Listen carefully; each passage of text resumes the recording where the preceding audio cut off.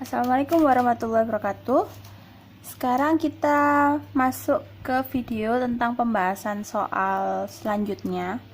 Kalau kemarin kita sudah membahas mengenai root locus dengan fungsi GS yang akar-akarnya itu ada di sumbu real semua. Sekarang kita bahas soal dengan akar-akarnya ada di mengandung sumbu imajiner. Ya, yang pertama tahapan untuk menggambar lokus adalah menentukan pol dan zero. Untuk tahapan-tahapannya kalian bisa lihat di video sebelumnya. Di situ saya jelaskan tahapannya itu apa aja. Di situ saya tuliskan. Kalau ini kita langsung aja ya pembahasannya. Jadi pol dan zero. Tetap untuk pol dan zero kita lakukan di open loop. Jadi kita ambil hanya GS-nya aja. GS rumusnya. Jadi dari persamaan K per S kali S plus 4 dikali S kuadrat plus 2S plus 2. Nah, sama prosesnya seperti yang kemarin. Karena yang bagian numerator ini tidak ada faktor S, berarti zeronya adalah 0. 0 sama dengan 0. Kemudian, sekarang kita cari polnya. Letak pol adalah pembuat 0 yang di bagian denumerator atau penyebut. Kalau sekilas, di sini ada 1, 2, dan di sini ada S kuadrat. Nanti ini yang kita pecahkan menjadi dua akar yang mengandung imajiner. Untuk S yang pertama ada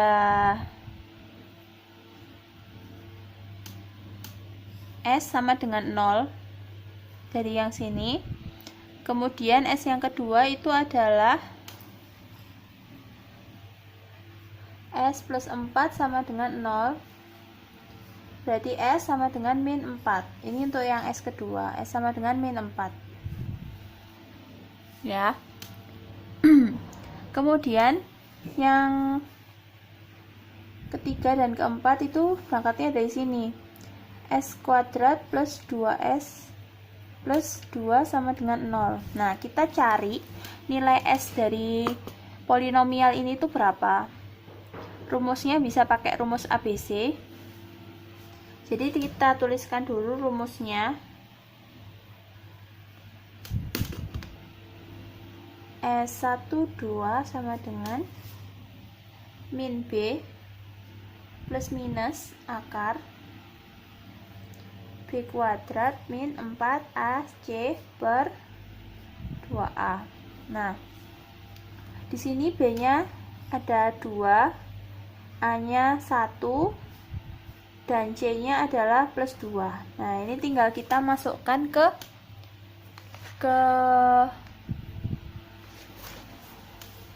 rumusnya. S12 sama dengan min 2 plus minus akar 2 kuadrat 4 min 4 kali 1 kali 2 per 2A. A-nya 1 berarti per 2.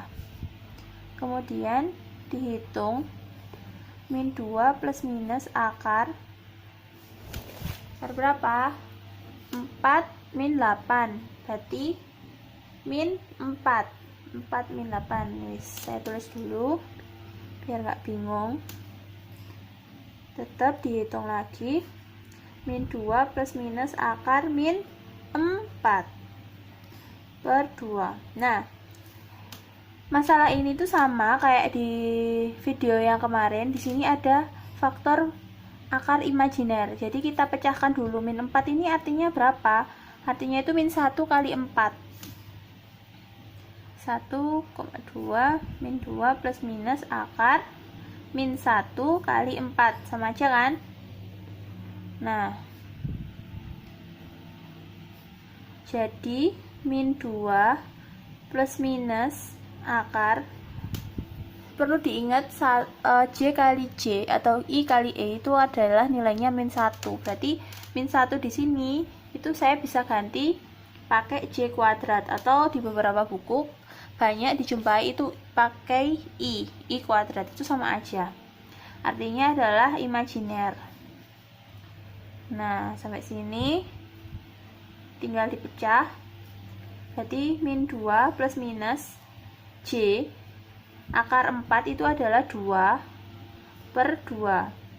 Berarti nilainya adalah sama-sama dibagi 2, berarti min 1 plus minus J. Itu adalah akar-akarnya. Terus ini kan si S12. Nah, kita pindah di sini. S yang lainnya adalah yang pertama yang pakai plus itu min 1 plus J. Yang terakhir adalah min 1 min J. Tadi kan plus minus tuh. Oke, sampai sini paham kan?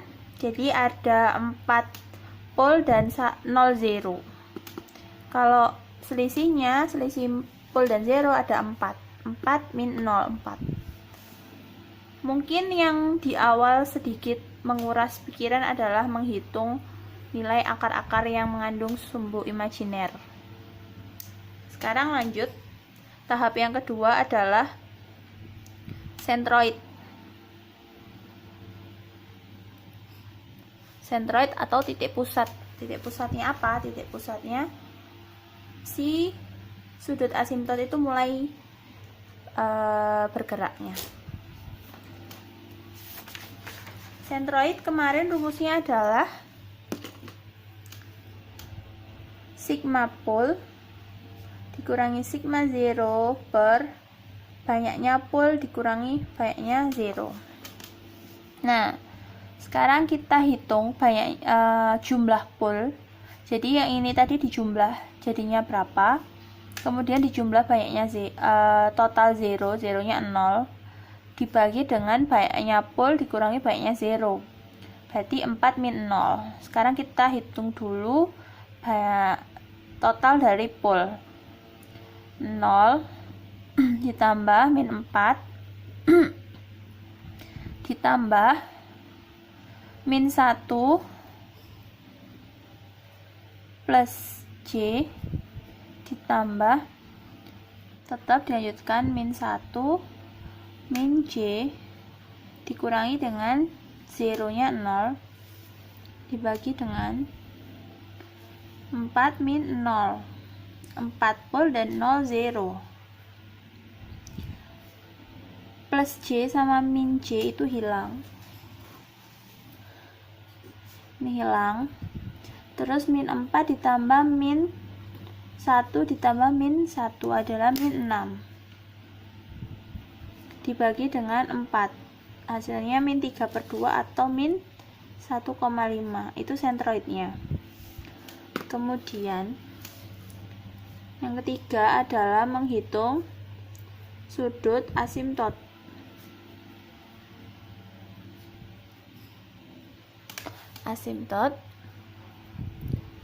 Nah, rumusnya adalah theta sama dengan 180 derajat dikali dengan 2K min plus 1 dibagi dengan M min N. K-nya tadi sini, K sama dengan selisih dari banyaknya pol dikurangi banyaknya 0, 4 min 0 sama dengan 4. Berarti banyak K-nya dimulai dari 0, 1, 2, 3. Banyaknya K sama dengan banyaknya theta atau banyaknya sudut asimtot. Untuk theta yang pertama, maksudnya adalah untuk saat K0, tetanya bernilai 180 derajat 2 kali 0 plus 1 per 4. Nah, nanti dihitung berapa. Kemudian saat K sama dengan 1, theta 2, 180, 2 kali 1 plus 1 per 4. Hasilnya berapa? Saat K sama dengan 2, theta 3, 180, 2 kali 2 plus 1 per 4. Kemudian yang terakhir saat K sama dengan 3, theta 4. Nah, ini nanti kalian bisa pakai kalkulator kalau misalnya mau menghitung biar cepat. Ini sudah saya hitung, menghasilkan theta satunya itu adalah 45 derajat, theta 2 nya 135 derajat, theta 3 nya 225 derajat, dan theta 4 adalah 315 derajat. Nah, tahap 1, 2, 3 ini dilakukan dalam ranah open loop atau loop terbuka, jadi hanya menggunakan GS saja. Untuk tahap keempat dan kelima, menghitung break in, break away, dan titik potong root locus terhadap sumbu imajiner, itu yang kita perlukan adalah persamaan karakteristik, dimana memerlukan feedbacknya ini juga dihitung, jadi closed loop. Ya, sekarang kita hitung persamaan karakteristiknya dulu.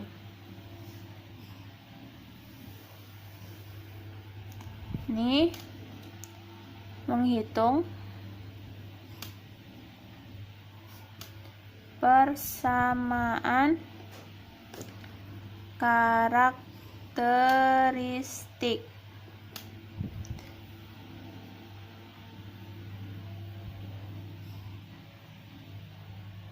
Nah, ini menghitung persamaan karakteristik. Dari mana sih persamaan karakteristik itu didapat? Didapat dari fungsi transfer suatu sistem. Fungsi transfer itu apa, hubungan apa dengan apa? Yaitu hubungan input dan output. Jadi fungsi transfer atau transfer function itu adalah output per input.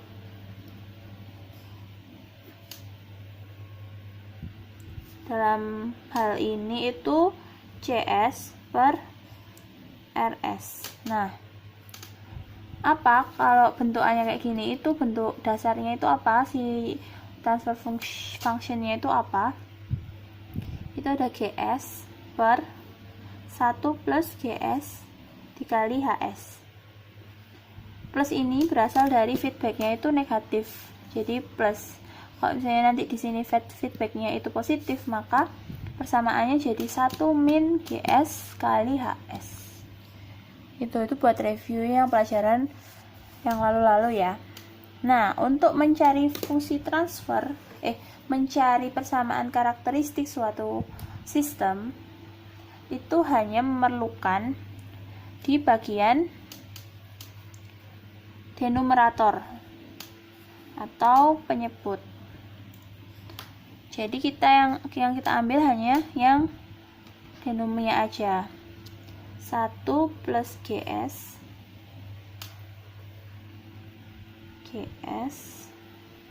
dikali HS itu sama dengan 0.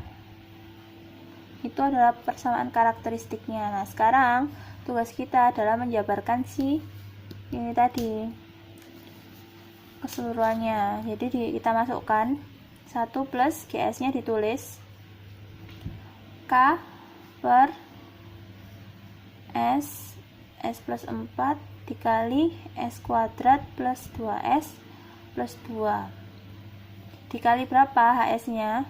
Karena tidak ada koefisiennya, berarti dia itu nilainya 1 pengalinya, kali 1 sama dengan 0.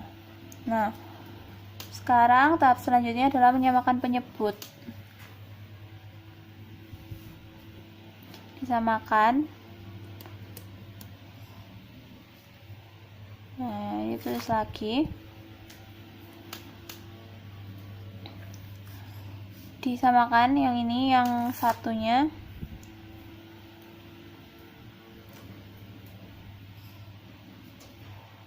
Nah, tinggal ditambah dengan K. Sampai sini disederhanakan lagi. Yang ini dijadikan satu S pangkat 4 berarti. Menjadi S pangkat 4 ditambah 6S pangkat 3. Kemudian yang pangkat 2 ada 10S pangkat 2 plus 8S plus K sama dengan 0 per S plus 4 dikali S kuadrat plus 2S plus 2.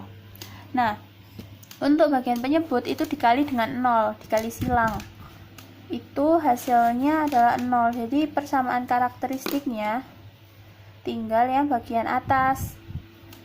Tinggal S pangkat 4 plus 6S pangkat 3 plus 10S pangkat 2 plus 8S plus K. Ini adalah persamaan karakteristik sistem ini tadi, loop tertutupnya. Nah, ketika kita sudah punya persamaan karakteristik, kita bisa lanjut untuk menghitung break in, break away, dan titik potong antara root locus dengan sumbu imajiner. Jadi yang kita buat patokan itu adalah persamaan karakteristiknya. Tahap selanjutnya adalah menghitung break in dan break away. Di sini kita sudah mempunyai persamaan karakteristik. Ini S pangkat 4 plus 6S pangkat 3 plus 10S kuadrat ditambah 8S plus K sama dengan 0. Ini adalah persamaan karakteristik yang sudah kita cari di tahap sebelumnya, closed loop-nya. Nah, untuk break in dan break away itu ada syaratnya, turunan K terhadap S itu disama dengan 0. Jadi dari persamaan karakteristik ini kita buat dalam bentuk K sama dengan titik-titik-titik. Jadi di sini K sama dengan S pangkat 4 sampai 8S ini dipindah ruaskan ke sebelah kanan, jadi min semua. Setelah itu diturunkan DK per DS, jadi persamaan yang ini diturunkan terhadap DS, menghasilkan min 4S pangkat 3, min 8S kuadrat, min 20S, min 8. Nah, agar memprosesnya itu mudah, jadi dikali min, hasilnya jadi positif semua. Nah, dari trinomial yang kita dapat, itu kita tahap selanjutnya adalah mencari akar-akarnya. Jadi SS-nya itu berapa aja. Kalau misalnya di sini S kuadrat itu bisa kalian pakai rumus ABC. Tapi karena ini angkanya juga sulit, untuk mempermudah perhitungan, kalian bisa menggunakan memanfaatkan MATLAB untuk hitung. Jadi kalian bisa panggil fungsi roots, menghitung akar dari fungsi yang kita miliki. Jadi kalian masukkan roots, buka kurung, itu 4, 18, 28. Nanti akan keluar S1-nya berapa, S2-nya berapa, S3-nya berapa. Karena ini pangkat 3, jadi ada 3 roots atau 3 akar. Nah, ini setelah dihitung menggunakan MATLAB, hasilnya ini min 3,0922 plus 0J. 0J ini berarti dia tidak punya faktor J, atau di summa imajinernya itu nggak ada. Berbeda sama S2 sama S3, dia ada titik ini, ada faktor 0,3 J sama min 0,3 J. Nah, itu nanti kita plot biar kelihatan titiknya di mana, di tahap selanjutnya aja. Kemudian setelah mencari break in, break away, tahap selanjutnya adalah menghitung titik potong grafik root locus terhadap sumbu imajiner atau sumbu Y. Nah, di sini ada dua cara menghitung titik potong. Yang satu adalah root Harwich, di mana kalian nanti bisa mendapatkan nilai K dan nilai S. Nah, cara yang kedua adalah menggunakan substitusi J omega ke dalam S. itu yang kalian dapatkan adalah K dan omega.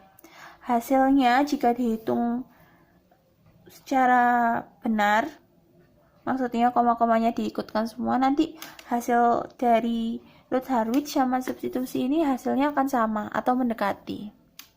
Nah, sekarang kita bahas dulu yang menggunakan metode Routh-Hurwitz.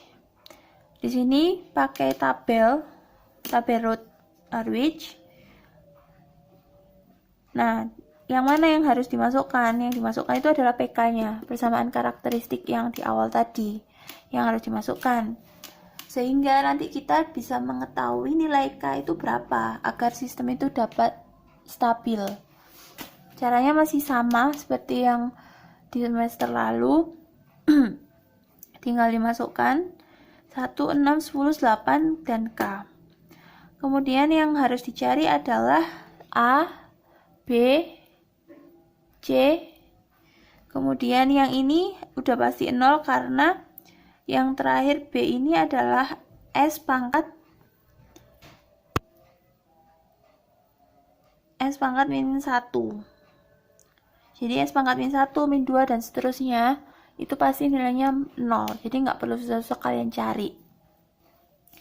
Setelah dihitung, menghasilkan tabel Routh-Hurwitz baru. Hasilnya seperti ini. Nah, tugas kalian adalah mencari nilai K agar sistem itu positif. Agar sistem itu stabil. Nah, syaratnya sistem stabil itu di bagian luas kiri tabel Routh-Hurwitz ini tidak boleh ada perubahan tanda. Kalau misalnya ada perubahan tanda, berarti di situ ada akar yang nilainya positif.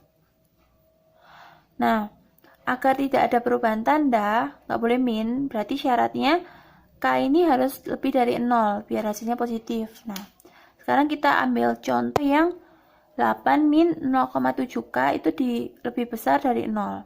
Kalian juga bisa cari yang di pertama ini yang mengandung K, atau yang kedua. Tapi akan semakin sulit karena pangkatnya dia semakin tinggi. Jadi kalian bisa cari pakai pangkat yang paling rendah. Kemudian kita cari K, dijabarkan langsung. Ternyata K itu lebih kecil dari 11,4. Jadi kalau dibikin garis bilangan, nilai K itu ada di lebih dari 0 dan kurang dari 11,4. Nah, kita kan udah dapat nilai K. Kemudian masukkan nilai K yang kita cari ini tadi ke salah satu persamaan di sini. Nah, saya mencontohkan menggunakan S yang paling kecil biar ngitungnya gampang. Nah, dari K yang kita dapat tadi kan 11,4, itu kita masukkan ke persamaan yang ini. 8,7S kuadrat plus K sama dengan 0.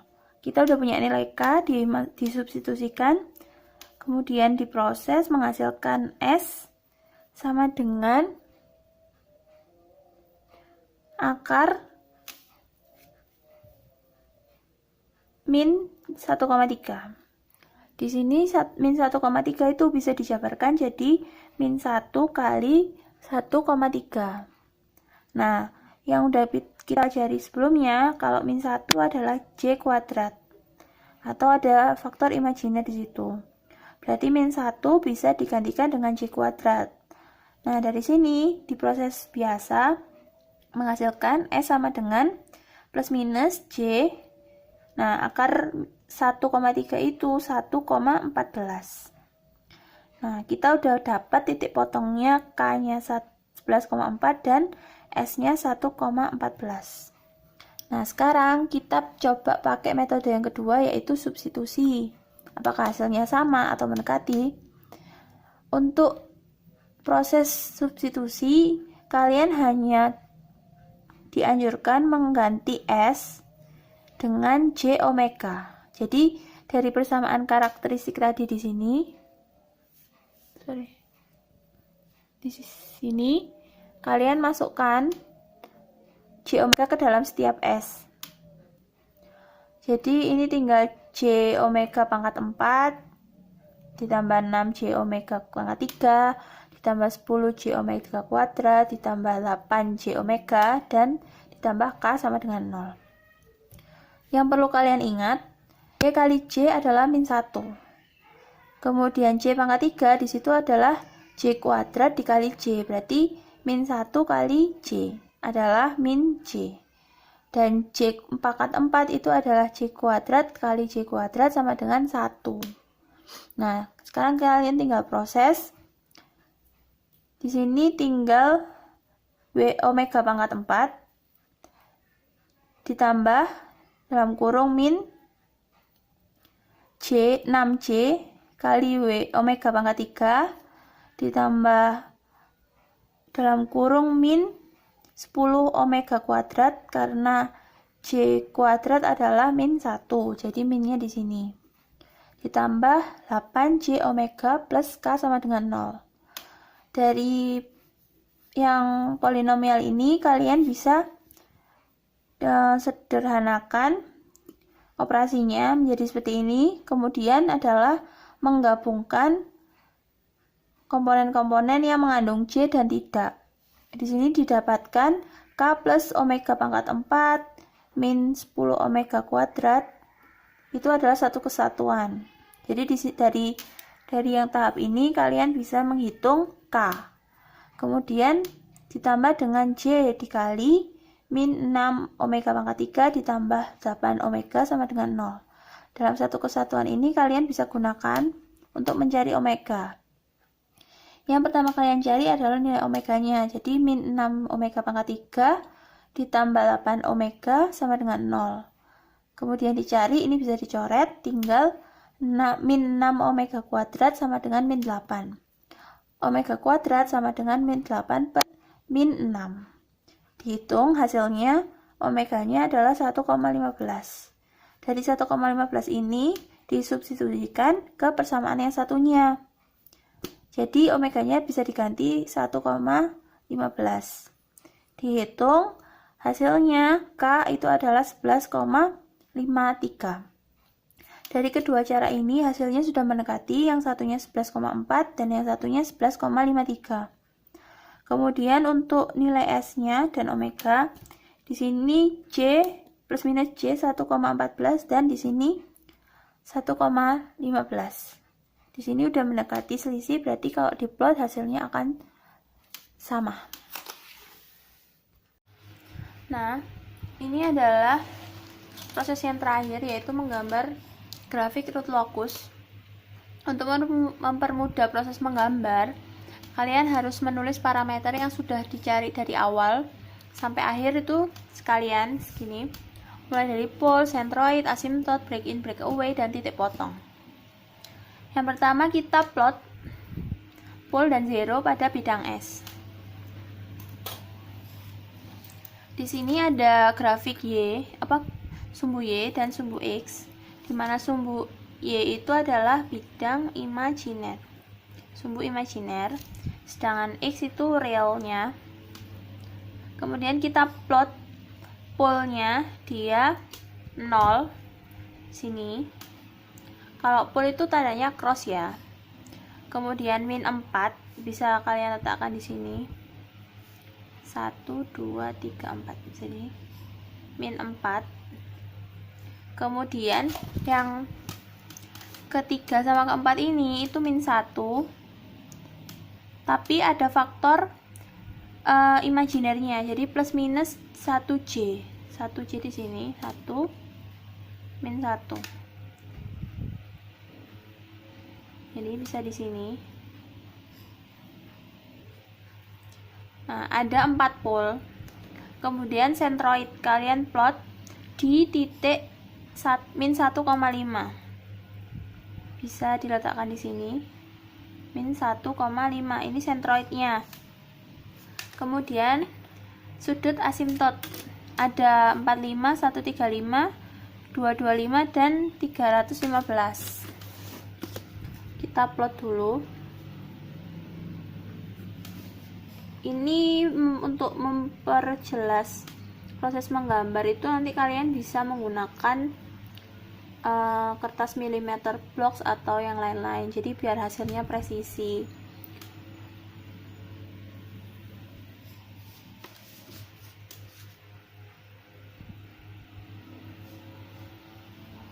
Nah, yang ini, sudut ini adalah 45 derajat. Kemudian yang ini adalah 135 derajat. Kemudian ini adalah 215 derajat. Yang terakhir yang ini, mulai dari sini adalah 315 derajat. Ini 225, sorry. Nah, setelah kita plot sudut asimtot, kemudian kita letakkan titik break in dan break away sesuai dengan yang dihitung tadi. Yang pertama, titik S1 itu di min 3, sekian plus 0J. Jadi tetap di sumbu imajiner tapi 0. Kemudian ternyata nilainya itu adalah min 3 di sini. Min 3. Nah, ini adalah break in break away-nya. Kemudian ada di 0,7. 0,7 di sini kira-kira.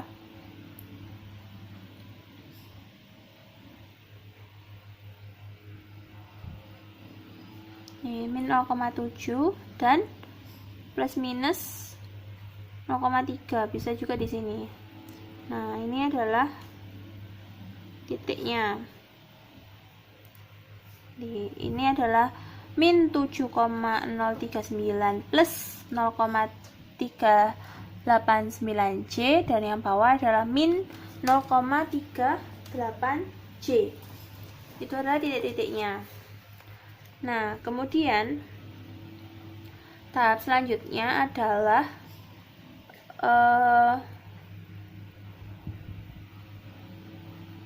melakukan plotting si ini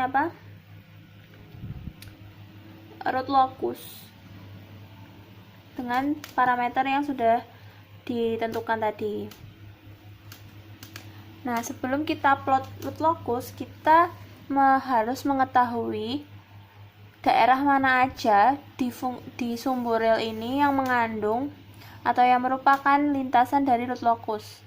Masih ingat caranya? Itu adalah kalian meletakkan titik sembarang di area sumbu rel, kemudian lihat di sebelah kanan bagian titik itu. Jika terdapat jumlah pole dan zero genap, berarti yang titik yang kalian letakkan itu bukan termasuk area lintasan root locus.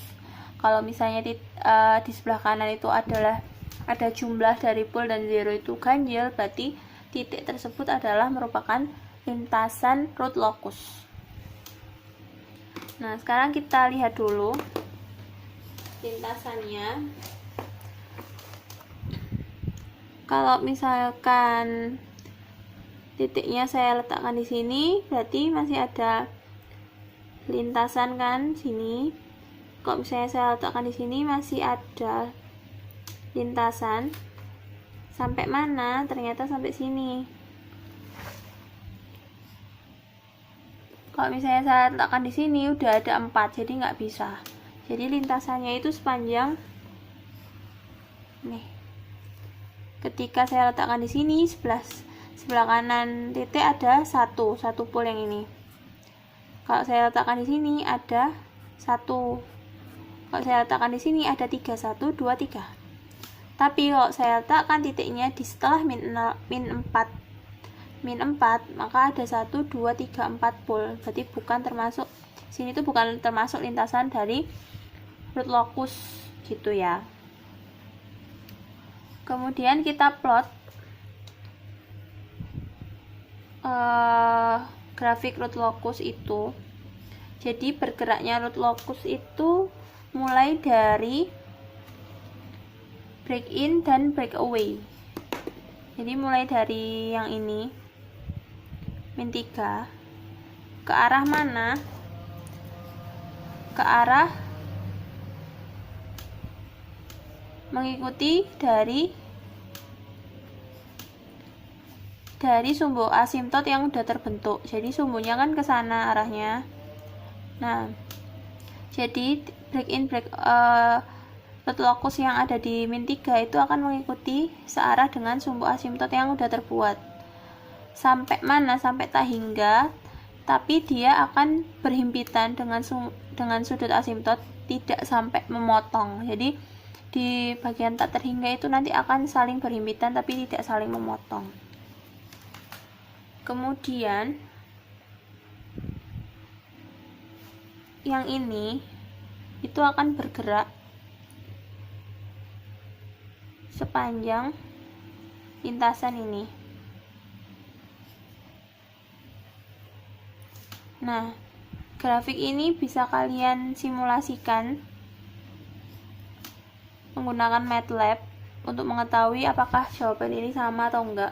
Mungkin kalau di grafik ini yang dibikin secara manual dengan perbandingan yang kurang presisi, nanti hasilnya akan berbeda dengan kalau kalian menggunakan millimeter blocks, tapi prinsip kerjanya atau prinsip pembuatannya itu adalah sama. Dia akan berjalan berhimpitan dengan sumbu atau sudut asimtot yang sudah kita buat di awal. Itu nanti di akhir video akan saya selipkan hasil uji coba menggunakan MATLAB. Jadi kalian bisa ada gambaran kalau secara perhitungan menggambar manual dengan hasil MATLAB akan hampir mirip, karena kan kalau hitungan tuh kan pembulatannya juga dibulatkan sedekat mungkin kan, nggak mungkin 0, sekian akan dihitung semuanya, jadi pasti ada perbedaan gambar. Oke, cukup sekian video yang saya bagikan untuk pembahasan soal kedua ini. Nanti kalian bisa lihat di video selanjutnya mengenai pembahasan kalau misalnya diberikan feedback berupa angka itu gimana sih gambarnya atau prosesnya. Oke, sekian. Wassalamualaikum warahmatullahi wabarakatuh.